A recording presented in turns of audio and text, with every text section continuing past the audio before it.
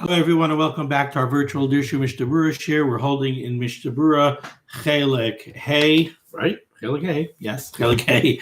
We're continuing to learn Hilchos Yom Tov. Today, Mir Hashem, we'll be learning Daf Kuf Mem Dalid Amid Beis. So we pick up today on the bottom line of Kuf Mem Dalid Amid Aleph with the beginning of Siman Tov Kuf Chaf Beis. Ksas Dvarim Ha'asurim L'Taltal B'Yom Tov. Some things that you are not allowed to handle on Yom Tov, Ubay Dalet Seifim, and here we have 4 Seifim.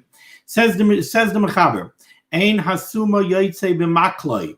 A blind individual is not allowed to go out with his stick, the stick that the blind person uses to help him feel his way around. He's not allowed to go out with that on Yom Tov. V'loi Haraya B'Tarmiloi, nor is a shepherd allowed to go out with his pack. Let's take a look here at the Mishnah Beurah. It says the Mishnah Beurah Ois Cotton Aleph. It's in the second column most of the way down. Ois Cotton Aleph says the Mishnah Beurah Ein Hasuma.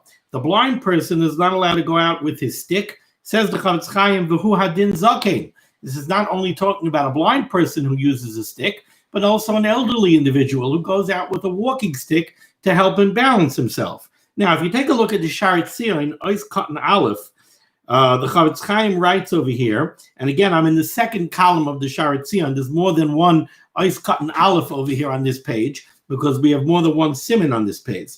It says the Chavetz Chaim Prisha. He brings this down from the Prisha, Ushari Achronim.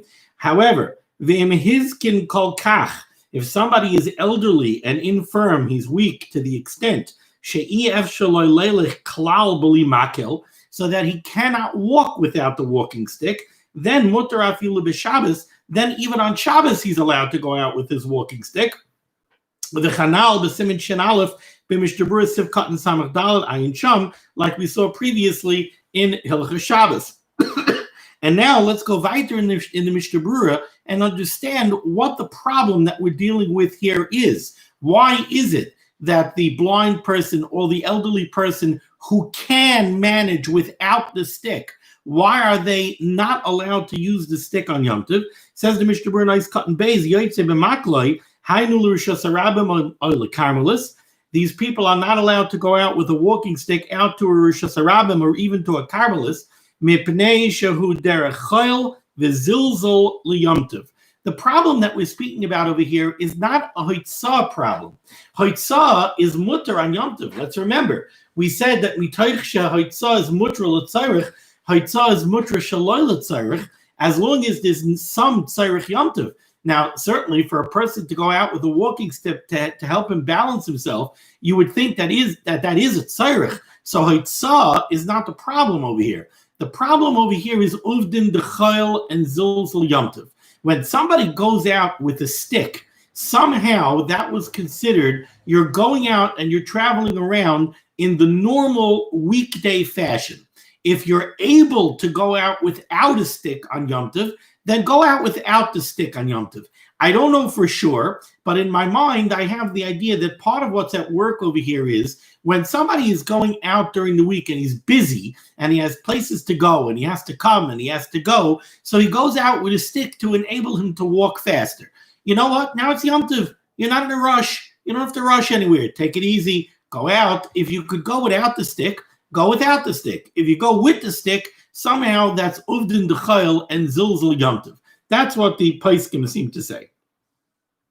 So like the Mishnah Beurah says here in Ois Cotton Beis, I'm going to read again from the beginning of the Ois Cotton. Hainu L'Rishos Harabim or L'Karmelis. He's not allowed to go out to the Rishos Harabim or to the Karmelis. But Neshu Derech Chayil V'Zilzul Yom Tov Kevon She'Efshel Lo Leilech B'Loi Makel Zeh. Since he could go out without the stick. And he's only going out with the stick to help himself to help him walk in a straight, balanced way. And when the Mechaber says that a shepherd cannot go out with his pack, over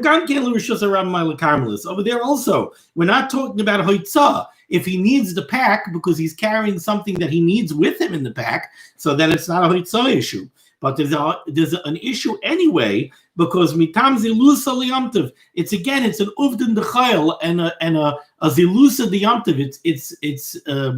It's degrading to Yom Tov. It's inappropriate for the day to go out with a pack. Continues let's take a look at the words of the Ramah in the parentheses here in the bottom line of the Mechaber. The din chiger, the din of somebody who has a limp, dinoi b'Yom Tov, k'may b'Shabbos, the same din that applies to him on Shabbos applies on Yom Tov. V'ayin le'el simin shin aleph sif tes vav. And now let's see what the Mishnah Beurah says back at Kuf Mem Daled Amud Aleph on the bottom line. The din chiger v'hu adin le'inyan chaylish amad micholyai. So to somebody who was ill, so he was very weak, but now he got up from his illness and he's able to go out again. The chanal b'simin shin aleph sif yod zayin. Let's go to the Mechaber Siv Beis, top line, Kuf Mem Daled Amud Beis. Ein yotzin b'kisei. You're not allowed to go out. I think in English this was called a sedan chair. That is a chair that somebody sat in and other people carried him in the chair. Ein yotzin b'kisei. You're not allowed to go out on Yom Tov in one of these sedan chairs. Echad ish ve'echad isha. Doesn't matter if it's a man, doesn't matter if it's a woman. Now let's go right into the Mishnah Beurah Siv Da'ois Katan Daled so we can understand what's at play here. Ein yotzin b'kisei, shahayadarkim lahoitzias hanichbad b'kisei. It was the style that an honored individual, a bakavadik individual, was taken outside and he was carried in one of these sedan chairs. Shayahu yoshev b'katadra. He was sitting in this kind of booth. And other people carried him on their shoulders. This katadra, this sedan chair, had poles, and they carried him. He was sitting in the chair, and they carried him on their shoulders with the poles. Why did they do this? So that he shouldn't get jostled around by the crowds, or so that he shouldn't get his clothing dirty when he has to walk on the muddy streets. It's only usher when they're carrying him in this type of chair. And again, what's the isser? Misham dehu uvda dechayil. Again, this is an uvda dechayil. This is a weekday form of travel. But if they would carry him himself on their shoulders without the benefit of a chair, mutter, that would be mutter. That would not be considered uvda dechayil. Now we go back into the Mechaber. The Mechaber says, if it's a person that the Rabbim needs, says the Mishnah Beurah,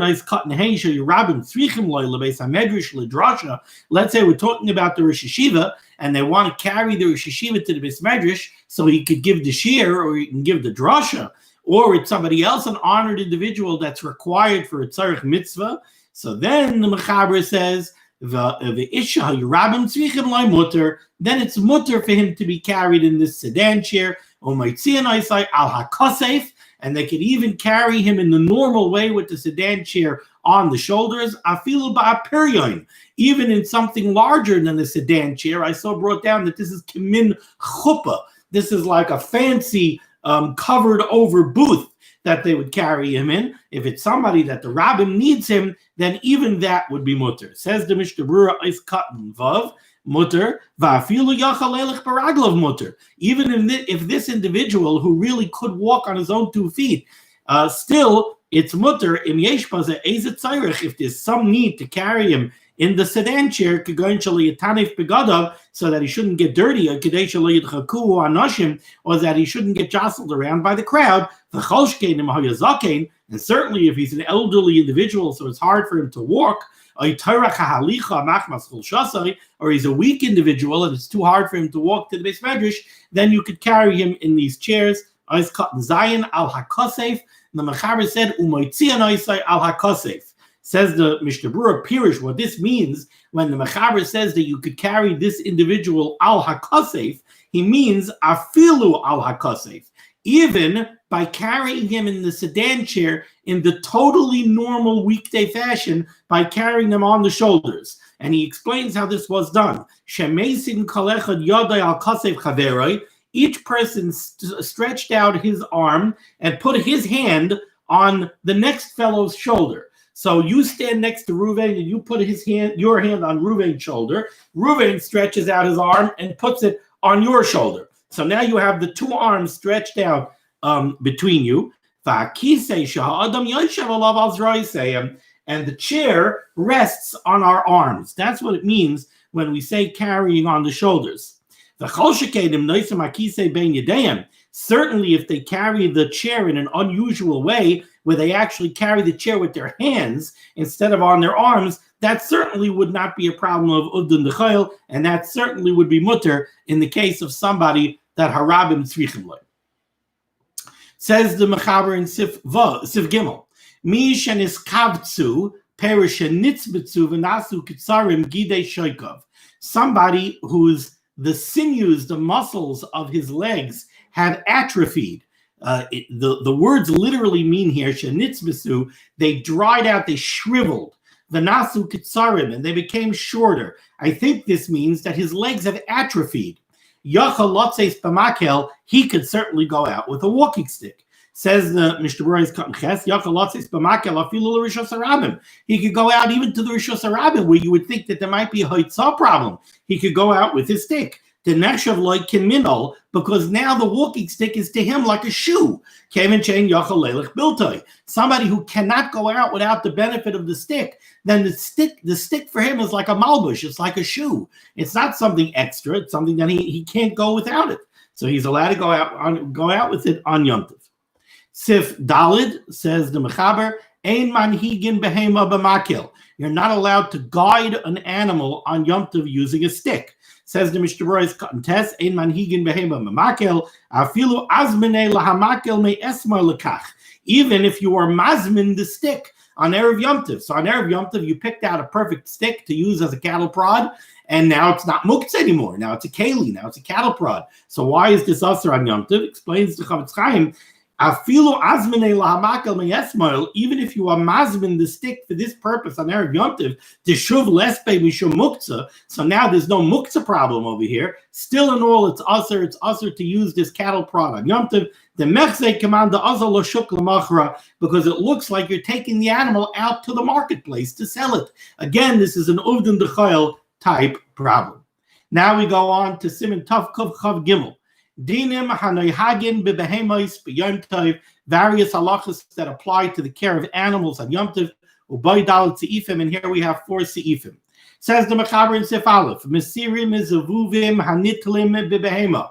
You are allowed to remove flies, fleas, other types of insects that attach themselves to the animal on Yom Tov, afal pi shehin oisim chabura, even though it is possible that by doing so you will cause a chabura to the animal. And causing a chabura, causing a wound to an animal on Yom Tov, would be a toilada of the malacha of sheichet, of slaughtering. So still in all, this is mutter on Yom Tov. Let's see the Mishnah Beurah's Katan Aleph. Mesirim zavuvim, you're allowed to remove these flies or other types of insects. What the Mechaber wants to say over here is, you're allowed to do this biyad, you're allowed to pick them off by hand, oy b'migredes shel eitz, or using some kind of a wooden comb or brush, she'ena muchrach she'yitalish se'ar al yedei zeh, where it is not a psik resha that you will pull hair out of the animal by using this device. If it's a psik resha that you're going to remove here, then you would not be allowed to do this on Yom Tov. But with this kind of migredes shel eitz, it's not considered a psik resha that you're going to pull out here. If you were using a metal comb, then we'll see that would be aser. Now, we said that this is mutter, and ois cotton bays, the Mechaber said, even though afal pi shehin oisim chabura. Now, literally that means, even though you will be making chabura. Says the Chavetz Chaim, do not misunderstand this. Says the Chavetz Chaim, ois cotton bays, shehin oisim chabura, what the Mechaber wants to say is, shalipa'omim nase chabura al yidei zeh. He means that sometimes by pulling out the insect or by combing out the insect, sometimes you will make a chabura. It's mutter to do this because it's not a psik resha. It's not that you will always make a chabura. Sometimes you'll make a chabura. And it's a davar she'eina miskaven. I don't want to make a chabura. I just want to pull out the insect. That's why this is mutter. Interesting, the Aruch HaShulchan brings up the question, how are you allowed to pull an insect off of the animal on Yom Tov? L'chari, the insect is muktzah. And the Aruch HaShulchan says the reason you would be allowed to do this is because of tzar ba'alei chayim, we would be matir. Says the Mechaber in Siv Gimel, Ein miyaldin behema b'yom tov. You are not allowed to birth an animal on Yom Tov, which means the Mishnah Beurah says, you know what? Let's see it inside. The Mishnah Beurah says, what? Did I skip something? Yes, I did. Let's go back. I'm sorry. I did not do Mishnah Beurah Ice Cotton Gimel. How did I miss that? No, we're not up to that yet. No. What? Sif Bays. Yeah. I have to do Mishnah Beurah Ice Cotton Gimel. Bimigredes. Ice Cotton Gimel. This was on Sif Bays. I didn't read Sif Bays. That's the problem. That's why I'm so confused. Okay, Mechaber, Sif Bays.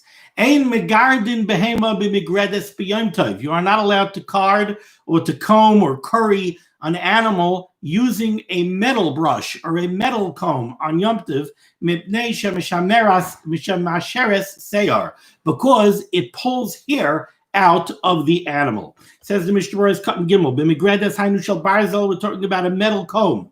Shebevada yitol seyar al yedei zeh, because that certainly pulls hair out of the animal, which is also on Yom Tov. V'av she'eina mechaven lo zeh, and even though that's not your kavana, you're not trying to pull hair out of the animal, you just want to comb out the insects. And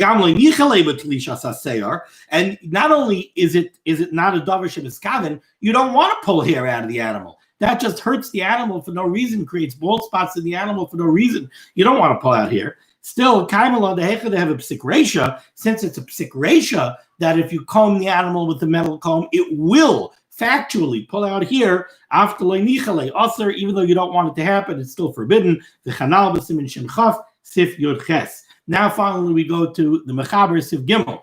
Ein miyaldin behema b'yom tov. You're not allowed to birth an animal on Yom Tov. Says the Mishnah Beurah is cutting dalit in miyaldin. What does this mean? Dahainu limshay chavlad min harechem. You're not allowed to actually pull the baby animal out of the birth canal of the animal. That's what's called birthing the animal. And by many animals, you need to do that. The animal cannot push the vlad out on its own. You must assist and pull the animal out of the rechem. You're not allowed to do that on Yom Tov. Says the Mishnah Beurah, the Ika terchi yisera, because that is a terchi yisera. From what I understand, depending on the type of animal you're dealing with, it is not easy work. So that is a terchi yisera.